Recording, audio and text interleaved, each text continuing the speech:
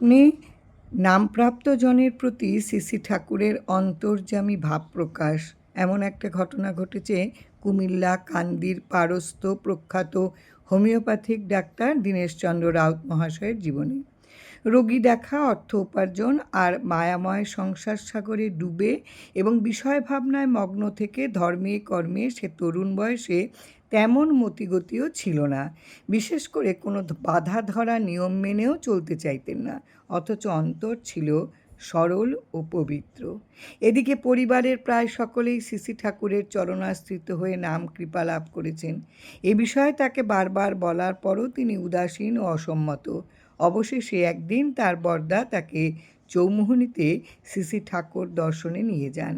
উদ্দেশ্য ছোট ভাইকে শ্রী ঠাকুরের নামাশ্রয়ে আশ্রিত করা। চৌমুহনীতে গিয়ে পৌঁছে প্রণাম নিবেদনপূর্বক ঠাকুর দর্শন হলো। এবার বরদা শ্রী ঠাকুরের কাছে তার মনোবাসনা নিবেদন করলেন।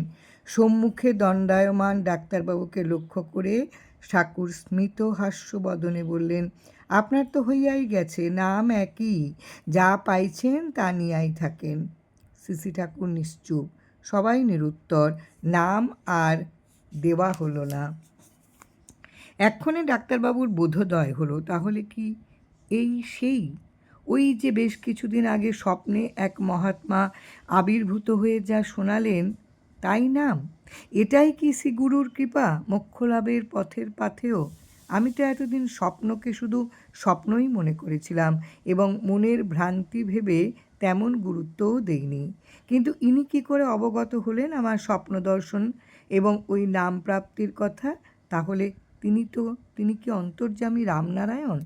তাহলে ওই নামই আমার নামধন, আমার পরম সম্বল। এসব তিনি মনে মনে ভাবছেন আর বলছেন, হে ঠাকুর, তুমিই আমার অন্তরের খবর রাখো, আমার ভালো মন্দ দেখো, তাই তুমি আমার পরম আত্মীয়, পরম আরাধ্য দেবতা, ইহকাল পরকালের বান্ধব। ডাক্তারবাবু বিনম্র বদনে ভুলণ্ঠিত হয়ে প্রণাম নিবেদন করলেন ওই অভয়চরণে।